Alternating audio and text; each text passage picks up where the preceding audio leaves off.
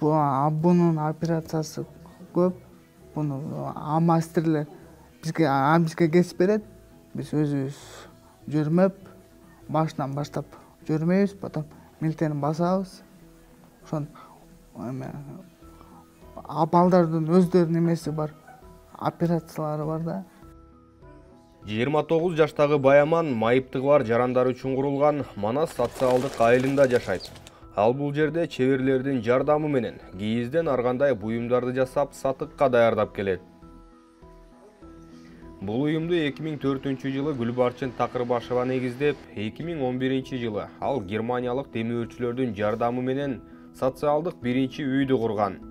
Ушул тапта атайын майыптар үчүн курулган бул айылда 20дан ашык майыптыгы бар жарандар жашап, өз алдынча жашоого үйрөнүшөт.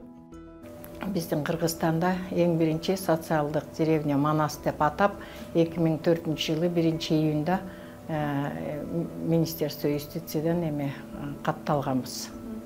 Ошондон бери биздин организациябызга уже 19 жыл болду быйыл. Фонддун негиздөөчүсүнүн айтымында аталган уюм мамлекетке карабагандыктан мамлекеттен акча бөлүнбөйт. Болгону майыптуулугу бар жарандарга жөлөк пул гана берилет. Такырбашева жашоочуларга бөлүнгөн жөлөк пул эч нерсеге жетпей турганын белгиледи. Биз мамлекеттик эмес уюм болгондуктан каржыланбайбыз мамлекеттен. Анан кийин биздин жашоочулардын майыптуулугу менен жөлөк пулу гана бар. Ал жөлөк пулу аябай аз эле. Биз ачкан убакта 1200–1,5 миң ушундай эле болчу.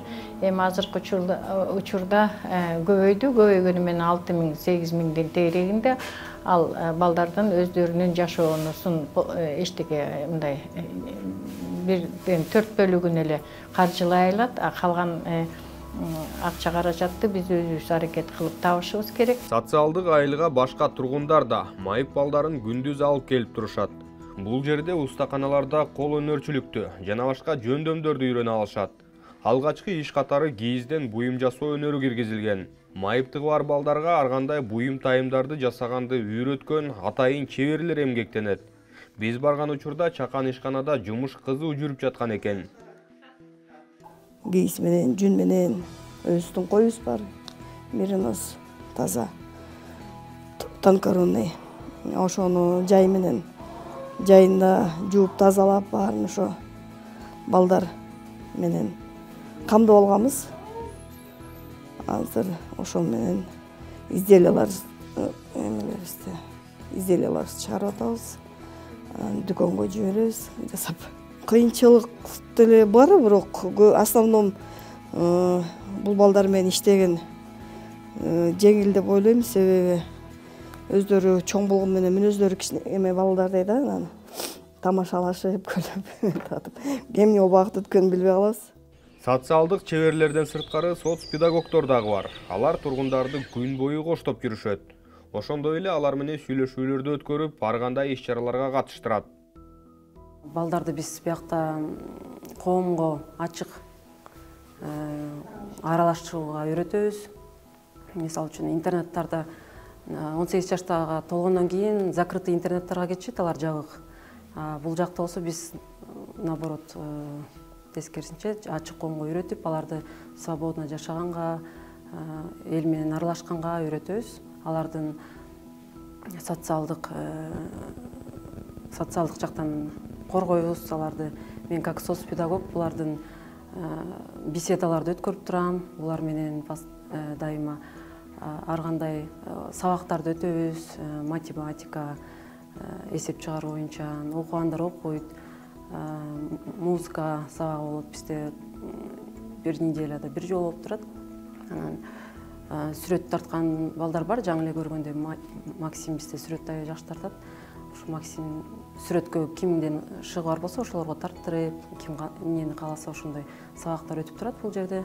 Мындан сырткары устакана үчүн меринос породасындагы койлор жана сүт багытындагы уйлар сатылып алынган. Аларды Аман менен Алмаз карап иштеп келишет. Утром вечером на нем доим. Вот. Уже корм у нас стоит. Корм. Вот. Корм мы даем. И молоко добавляет имена ихние. Вот. Не знаю, Вешка, вот, Чернышка. Ромашка вот, Мака, Айка. Вот, Чемпелок. Будущем наши коровы. Будущие коровы. Вот. Искусственные отменя. Вот. Все телочки. Вот.